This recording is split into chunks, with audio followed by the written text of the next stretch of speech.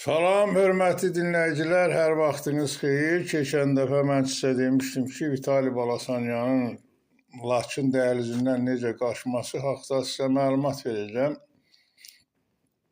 Buyurun, baxın. Demək, Laçın dəhlizində Vitali Balasanyan, hörmətli dinləyicilər, sərbəst keçir, yanında da Azərbaycanlılar var. Hələ onlar da təhlib edir ki, gəlmin maşına get. Çox təəssüflər olsun ki, həmin vaxt Azərbaycanın Milli Təhlükəsizlik Naziri və cənab prezidentin başı Dağlıq Qarabağda separatçı rejimin rəhbərlərinin həbs olunmasına qarışdığı vaxt, yəni onların həbs etdiyi üçün orada əməliyyatlar keçirilməsindən istifadə edərək Vitali Balasanyanı sərbəst Laçın dəhlizindən buraxdıq getdi. Ancaq orada başqa bir jurnalist var, film çəkib ki, güya Vitali Balasanyan meşə yolu ilə getdi. İndi onu da sizə göstərim. Buyurun, Vitali Balasanyanın Laçın yoluna, dəhlizindən keçməsinə baxaq, sonra məsələyə keçərik.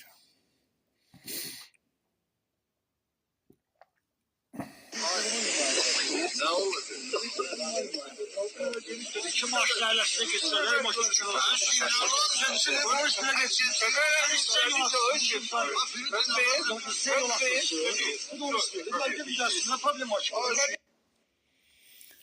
Yəqin ki, bunu gördünüz. Qoy təkrar bir də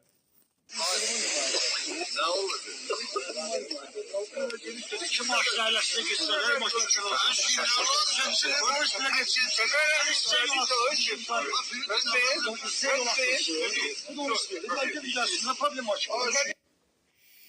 Hörmətli dinləyicilər, yəqin ki, gördünüz, bizim yoldaşlar da deyir ki, nə problem var? Hamı minsin maşına geçsin və Vitali Balasanyan da minir maşına, birbaşa gedir Yerevana. Çox təəssüflər olsun ki, həmin ərazidə, həmin vaxtı Azərbaycan Respublikasının xüsusi təyinatları Hikmət Mirzəyevin adamları olub və o cümlədən də əraziyə Müdafiə Naziri Zakir Həsənov nəzarət edir. Bugün bu məsələ çox maraqlıdır.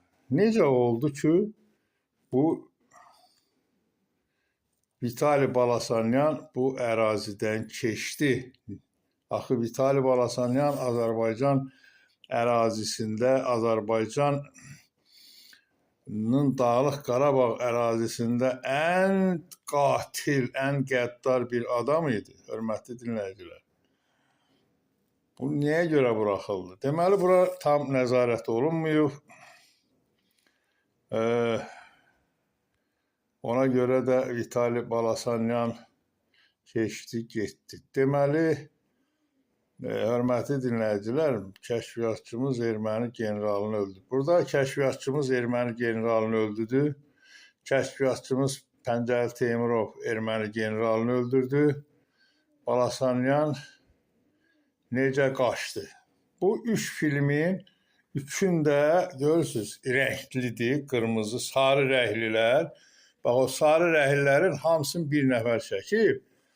Deməli, bu RT-dir, nədir belə? İndi görək Vitali Balasanyanın bu necə qaçdığını necə izah edir. Yəqin ki, Laçın dəhlizindən keçdiyini gördünüz Azərbaycan dilində və indi görək bu jurnalist xalqı, hökuməti, prezidenti, MT-ni necə alladırlar? Baxaq. Qarabağdan Ermənistana qaçmış qondarma Artsaq Təhlükəsizlik Şurasının keçmiş katibi, Xocalı qatili Vitali Balasanyan Azərbaycanı necə tərk etməsindən danışıb. RTV Modernaza istinadla xəbər verir ki, erməni jurnalistlər Balasanyandan Azərbaycanı necə tərk etdiyini soruşublar. Xocalı qatili kütləvi informasiya vasitələrinə bu barədə geniş danışmaq istəməyib. Azərbaycandan çıxmağı necə bacardınız sualına Balasanyan bu cür cavab verdi. Sakitcə gördüm ki, heç kim yoxdur. Çıxıb gəldim. Qoy detallar sir olaraq qalsın. Aidiyyatı dövlət qurumları müraciət edəndə necə gəldiyimi deyəcəm. Orada işarələrin olduğunu görəcəklər. Vitali Balasanyan həm qondarma Artsaq rejiminin, həm də Ermənistanın xaç qəhrəmanıdır. O vaxtilə Qarabağda erməni quldur dəstələrinin rəhbərlərindən biri olub. 1992-ci ilin əvvəlindən başlayaraq Azərbaycana qarşı döyüşüb. torpaqlarımızın işğalında iştirak edib. 1999-cu ilin sentyabrından 2005-ci ilə qədər isə keçmiş separatçı rejimin müdafiə nazirinin müavini olub. Daha sonra dırnaqarası Artsaq Təhlükəsizlik Şurasının katibi kimi fəaliyyət göstərib. Vitali Balasanyan terroru sevən, türklərin düşməni olan və həddindən artıq qəddar bir erməni kimi ad çıxarıb. O, Xocalı qətliamını törədənlərdən biridir. Azərbaycan ordusu 2023-cü ilin sentyabrında Qarabağda separatçılara qarşı antiterror əməliyyatları keçirəndə Balasanyan Əsgəranda gizlənmişdi. Sentyabrın 28-də isə o, Qarabağı tərk edərək Ermənistan istiqamətinə yollanıb. Ermənistan mətbuatı onun dağ yolları ilə qaçmağa müvəffəq olduğu barədə məlumat yayıb. İddiaya görə Balasanyan gizli dağ yolları ilə piyada getdiyinə görə Ermənistana yalnız oktyabrın ilk 10 günlüyündə çata bilib.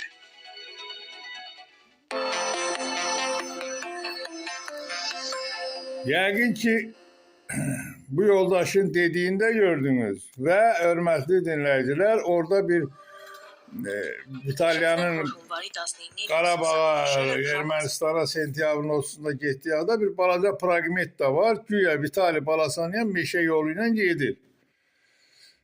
Əlbəttə ki, bu məsələ daxili satqınların uydurmalarıdır, hörmətli dinləyicilər. Bu, cənab prezidentə birbaşa xəyanətdir. Azərbaycan xalqına xəyanətdir və bu məsələ elə bilirəm ki, mənimcə bu araşdırılmalıdır və yaxud araşdırılmamalıdır.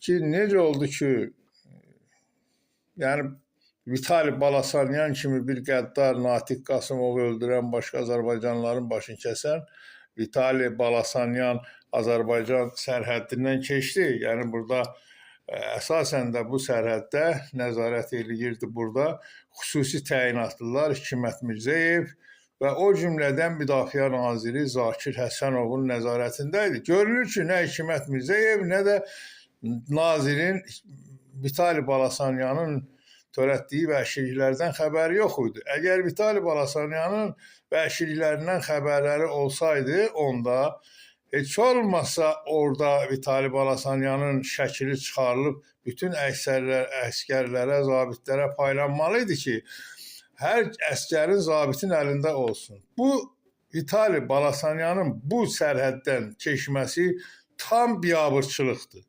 Və buna görə mən elə bilirəm ki, aidiyyəti şəxslər burada layiqli cəzasını almalıdır. Ki, Vitali Balasanyan buraxıb, sonra Vitali Balasanyanın dalıyla biz video çəkdiririk. Kadınlar çıxır, Xocalıdan bir kadın, o onkoloji xəstədir, çıxır, deyir, Vitali Balasanyan sidəyini verirdi mənə, məni təpkillə belə döyürdü, Vitali Balasanyan falan kəslərin başını kəsdi. Deməli, bu boyda Xocalı qaşqınlarının Qarabağda cinayətkar dəstələrin törətdiyi bu haqq hesablar burada nəzarət eləyən, Laçın dəhlizinə nəzarət eləyənlərin heç birinin onlardan xəbər olmuyor ki, bunlar kimlərdir. Hörmətli dinləyicilər, bugün mən bu məsələni verməkdə, bu ictimai rəydir. Mən cənab prezidentin yəni özünün dediyi ki, ictimai rəy olmalıdır. Bu ictimai rəydir. Mən bu videonu tapıb bura qoyub xalqa göstərirəm ki, eləcə də Zakir Həsənova. Zakir Həsənov. Bu ona medal, orden, saxta milli qəhrəman vermək deyil, torpağa qarmaq lazımdır. Düşmənə qarşı amansız olmaq. Hər şeyi prezidentin üstünə yıxmaq lazım deyil. Mən elə başa düşürəm ki, bu məsələ hamı bunu paylaşmalıdır. Bu Vitali Balasanyanın məsələsinin həmin orada duran, o postda duran 2 nəfər var. Özdə zabitdirlər. Onlardan soruşulsun görək, sən Vitali Balasanyanı tanıyırdın. Əgər o Vitali Balasanyan haqqında məlumatı yoxsa, tanımırdısa, o adamlar ordudan tərxis olunmalıdır. Hörmətli dinləyicilər, bu qədər biabırçılıq olmaz. Ay Zakir Həsənov, ay Qadualım, belə biabırçılıq olmaz. Bunun hamısının başında sən durursan. Gəlin bugün görək o cinayətkar dəstələrin hansının birinin şəklini çəkib Azərbaycanda əskərlərə, zabitlərə, posta durana, qayada durana verirsən. Hörmətli dinləyicilər, mən Kəlbəcərdə yəni xəyanət nəticəsində mən satıldım, tutuldum. Bu da Müdafiə Nazirinin əməkdaşları tərəfindən təşkil olundu. O haqda da indi yenə bir video var. Dəqiq faktlarla onu da sizin nəzərinizə çatdıracağım. Bilin ki, məni də qəsdən tutdular. Həmin vaxtı 2000 mənim şəkilim çıxmışdı. Erməni özü mənə dedi ki, neçə min dram verib sənin portretini çıxartmışsınız. Özümə də göstərdi. Əlimdə də Sinex yeyirəm dağda. YouTube'da var idi. Oradan onu siliblər. O bəzi yəni qeyrətli oğlanlar özlərinə sığışdırmır. Vitali Balasanyanın buraxır gedir. Mənim videomu silir. Siliblər hamısı ama özümdə var. Ben o video sildirənlərin də nəzərinə çatdırıram ki, bu mümkün olan iş deyil. Bu videolar hamısı məndə var. Təkrar qoyulacaq və nəhayət bu məsələyə gedib cənab prezidentə çıxmalıdır. Rüşvət alıb video silmək. O videonu silmək üçün mən sizin nəzərinizə çatdırıram. Sən onu verməlisən polisə və yaxud prokuraturaya. Prokuratura məni çağırmalıdır. Məndən izahat almalıdır. Lazımdır cinayət işi qaldırmalıdır və məni həbs eləməlidir ki, sən bu videonu niyə qoymuşsan? O videolar mənə aiddir. Mən çəkmişəm. Əgər bu devlət səviyyəsindədirsə, hanı devlət? Necə olur? Mənim çəkdiyim videolara mən bir bəhrəsini görmədim. Zakir Həsənov 98-dən 2014-cü ilə qədər kəşfiyyat məlumatları topladım, verdim. Səfər Əbiyevə, o Afyor, Belasuvar Afyoru, Rəhim Cəfərova, Mübariz İbrahimovun qohumu. İndi də sən istifadə edirsən, Pəncərlinin qohumusan. Deməli, mən sizdən ötər işləmişəm da, düzdür. Ona görə də mənim videolarıma mənə heç bir iş düşmür.